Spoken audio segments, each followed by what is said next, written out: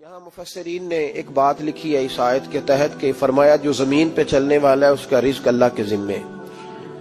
فرماتے ہیں کہ یہ اللہ نے ہماری عقل کے مطابق ہم سے بات کی ہے، ورنہ آسمانوں میں جتنی مخلوق ہے رزق اس کا بھی اللہ کے ذمے ہی ہے. یہاں جو فی الارض کے لفظ ہے زمین پہ، وہ ہمیں سمجھانے کے لیے کہ تم نے تو صرف یہ دنیا دیکھی ہے نا، تو جس کو تم نے دیکھا ہے وہ سب کھاتے اللہ کا دیا ہوا ہی ہے. تو جو ہم نے دیکھا تھا رب کریم نے اس کے مطابق ہمیں سمجھا دیا. فرمایا کچھ تو تم نے دیکھے نہیں، چلو ان کی تم سے بات نہیں کرتے، پر جو تم نے دیکھے ہیں ان سب کا رزق کس کے ذمے ہے؟ اللہ کے.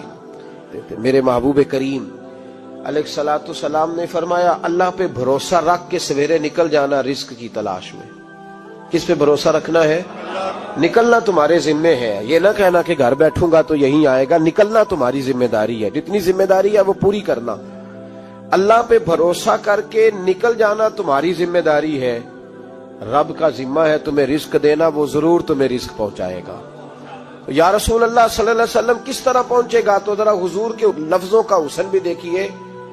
نبی پاک صلی اللہ علیہ وسلم نے فرمایا جس طرح موت تمہیں ڈھونڈ لیتی ہے نا کہ تم کہاں موجود ہو، جب وقت آتا ہے تو انسان پاکستان میں ہو تب بھی آ جاتا ہے، جدہ میں ہو تب بھی آ جاتا ہے، مکہ میں ہو یا مدینہ طیبہ میں وقت پھر بھی آ جاتا ہے. فرمایا جس طرح موت تم جہاں بھی ہو تم تک پہنچ جاتی ہے نا، اس طرح تمہارا رزق بھی تم جہاں موجود ہوتے ہو اللہ وہاں پہنچا دیتا ہے. تو یا رسول اللہ صلی اللہ علیہ وسلم کس انداز میں؟ تو فرمایا نکل جانا تمہاری ذمہ داری ہے. فرمایا سویرے پرندے بھی نکل جاتے ہیں اور شام کو جب لوٹتے ہیں تو اللہ انہیں پیٹ بھر کے روزی عطا فرماتا ہے. حالانکہ ان کو نہیں پتا ہوتا ہمارا کارخانہ کہاں ہے، ہم نے کہاں جا کے مزدوری کرنی ہے. ان کو نہیں پتا ہوتا کہ ہمارا دفتر کہاں ہے، ہم نے کس آفس میں بیٹھنا ہے. ان کو نہیں پتا ہوتا کہ ہم نے کہاں جا کے مال خریدنا ہے اور کہاں سے ہم نے پھر اس کو دوبارہ بیچنا ہے. انہیں خبر نہیں ہوتی. اللہ پہ بھروسہ کر کے نکل جاتے ہیں. نکلنا تو تیرے ذمے ہے کہ نہیں؟ فرمایا وہ تو ڈیوٹی کر، شام کو اللہ جو رب پرندوں کو روزی دیتا ہے وہ تجھے بھی عطا فرمائے گا. تو جس حال میں ہے، کیونکہ تو نے اپنا یہ حال خود نہیں بنایا، جس نے بنایا ہے وہ بڑا بہتر جانتا تھا کہ تو اسی حال میں اسے اچھا لگتا ہے. تو اسے اسی حال میں، ایک بزرگ تھے تو ان کی طبیعت بڑی علیل ہو گئی، بیمار ہو گئے، تو اللہ نے آزمائش دی تو کیڑے پڑ گئے وجود میں. ایک کیڑا یہاں سے کھا رہا تھا، اللہ والے بڑے راضی رہتے ہیں اس کی رضا پہ. تو کیڑا یہاں کھا رہا تھا تو نیچے گر گیا، تو بابا جی نے اٹھا کے پھر وہاں رکھ لیا. کہنے لگے جب اس نے تیری ڈیوٹی مجھے کھانے کی لگائی ہے تو میں اس بات پہ راضی ہوں، تو نیچے کیوں گرتا ہے؟ بس ٹھیک ہے کھا، جب اس نے تجھے ڈیوٹی جو تیری لگائی ہے. سالبہ بن عبد الرحمن ایک صحابی تھے، سالبہ غالباً نبی پاک صلی اللہ علیہ وسلم کی خدمت میں آئے. کہنے لگے یا رسول اللہ صلی اللہ علیہ وسلم غربت بڑی ہے، میرے لیے دعا کریں اللہ زیادہ مال دے. تو محبوب صلی اللہ علیہ وسلم نے فرمایا تو جس حال میں اچھا ہے وہ تیرے لیے بہتر ہے، جس میں تو ہے وہی حال تیرے لیے. مشکل ہے نا یہ جواب سننا. یا رسول اللہ صلی اللہ علیہ وسلم دعا کر دے. تو محبوب نے کیا فرمایا؟ فرمایا تو جس حال میں ہے نا وہ حال تیرے لیے بہتر ہے، اسی میں رہ. کہ نہیں حضور دعا کریں. فرمایا سالبہ تو باز آ جا. حضور دعا کریں. فرمایا تو باز آ جا. 2-3 دفعہ کہا، ضد کی. محبوب نے فرمایا جا پھر اللہ تجھے زیادہ پیسے دے گا. چند بکریاں خریدی، اتنی برکت ہوئی کہ بکریوں کے ریوڑ بن گئے. پھر کچھ بکریاں بیچ کے گائے خرید لی، ان کے بھی ریوڑ ہو گئے. پھر کچھ اونٹنیاں لے لی، ریوڑ ہی ریوڑ. پہلے 5 وقت مسجد میں آتے تھے، اب فجر اور عشاء رہ گئی. پھر مال زیادہ ہوا تو مدینے شہر میں کوئی جگہ ہی نہیں، مدینے سے باہر حویلی خریدی. پھر جمعہ ہی رہ گیا، جمعے کے جمعے آتے. زکوٰۃ کا حکم آیا. میرے نبی کریم علیہ السلام نے حضرت ابو ہریرہ کو بھیجا. فرمایا جا اسے کہہ تیری زکوٰۃ بنتی ہے 2.5%. تو سالبہ کے پاس حضور نے پیغام بھیجا. پہلے تو کہا تیرے لیے بہتر نہیں مال. جب اصرار کیا تو اب بڑی برکت ہو گئی، بڑا آیا تو فرمایا زکوٰۃ دے. 2.5% زکوٰۃ ہے. اب جب سوچا کہ 5 اونٹوں پہ ایک بکری جائے گی اور بڑا سارا مجھے دینا پڑے گا، اب جب غور کیا تو یہ تو نہ کہا کہ میں نہیں دیتا، حضرت ابو ہریرہ سے کہنے لگے نبی کریم علیہ السلام کی خدمت میں عرض کرنا کہ میں خود آؤں گا۔ حضرت ابو ہریرہ نے آ کے عرض کی یا رسول اللہ صلی اللہ تعالی علیہ وسلم، حضور وہ کہتے تھے میں خود آؤں گا۔ تو کہتے ہیں محبوب نے ٹھنڈی سانس لی، فرمایا اسے کہا تھا کہ تیرے لیے مال بہتر نہیں، اب ہلاک ہو گیا، ہائے افسوس ہلاک ہو گیا۔ ان کو بھی تھوڑی دیر کے بعد احساس ہوا کہ یہ میں نے کیا کیا، نبی پاک کو ہی کہہ دیا نہیں ہے، حضور کو کہہ دیا بعد میں آؤں گا۔ اب دوڑے آئے، عرض کی حضور میں سارا کچھ لے کے آیا ہوں، قبول کر لیں۔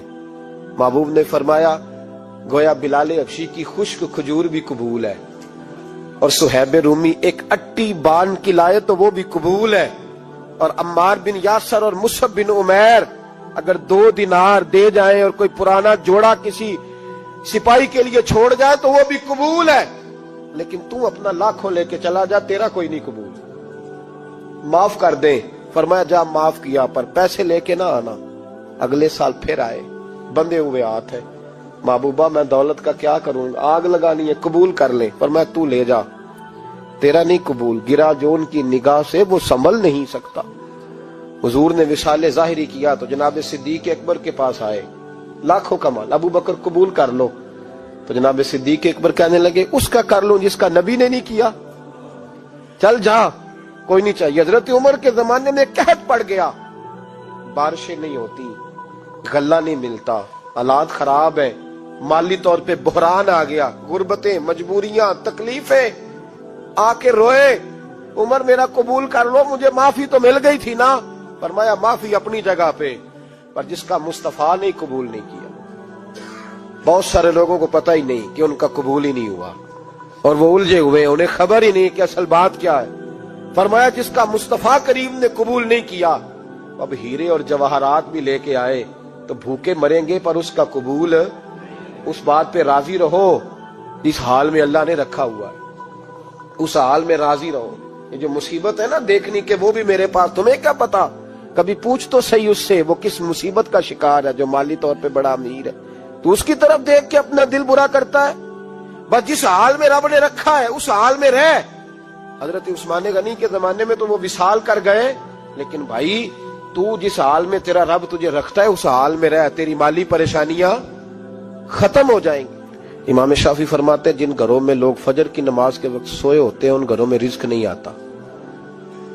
آپ فرماتے ہیں فجر کا وقت اللہ کے دینے کا وقت ہے، اس وقت اللہ بانٹتا ہے۔ حضور صلی اللہ علیہ وسلم کا فرمان ہے نا حدیث میں کہ تہجد کے وقت اللہ پہلے آسمان پہ نزول جلال فرماتا ہے جو اس کی شان کے لائق ہے تہجد کے وقت، اور وہ کہتا ہے مانگو میں تمہیں عطا کروں گا۔ لینے کی باری آئے تو بندہ سمیٹ سماٹ کے اندر گھس جائے۔ ہمارے ہاں یہ ہوتا ہے کہ عشاء کے بعد بچے بیٹھتے ہیں موبائل لے کے، تہجد کا وقت آتا ہے تو ان کی آنکھیں بند ہونی شروع ہوتی ہیں، تو لینے کے وقت تو سویا تھا، ذرا مسئلہ کیسے حل ہوگا؟ بھائی جب کوئی آدمی خیرات بانٹ رہا ہو تو جو پیالہ پیچھے کر لے اسے ملے گا؟ کہتے اس وقت آنا جب میں بانٹ رہا تھا، اب تو کدھر آ گیا ہے؟ مثال دے رہا ہوں۔ تو فجر کا وقت مانگنے کا ہے، تو ساری رات تو گزر گئی گیمیں کھیلتے، ٹی وی دیکھتے، اور جو لینے کا وقت تھا تو سو گیا، تو کیسے آئے گا تیرے پاس؟ تو اٹھے سویرے، بندوں سے مانگ کے دیکھ لیا، بڑی عزتیں خراب ہوئی، فجر کا وقت اٹھ کے جھولی پھیلائے۔ میرے رسول پاک علیہ السلام فرماتے ہیں، رب فرماتے ہیں جب بندے میرے آگے جھولی پھیلاتے ہیں مجھے شرم آتی ہے، کیسے خالی واپس کر دوں؟ تو اس کے سامنے جھولی پھیلائیں سویرے اٹھ کے، رزق میں برکت ہوگی۔ اور پھر ایک اور بات، 5ویں بات، رزق میں تنگی اس وقت ہوتی ہے جب ہم مال غلط جگہ پہ خرچ کرتے ہیں۔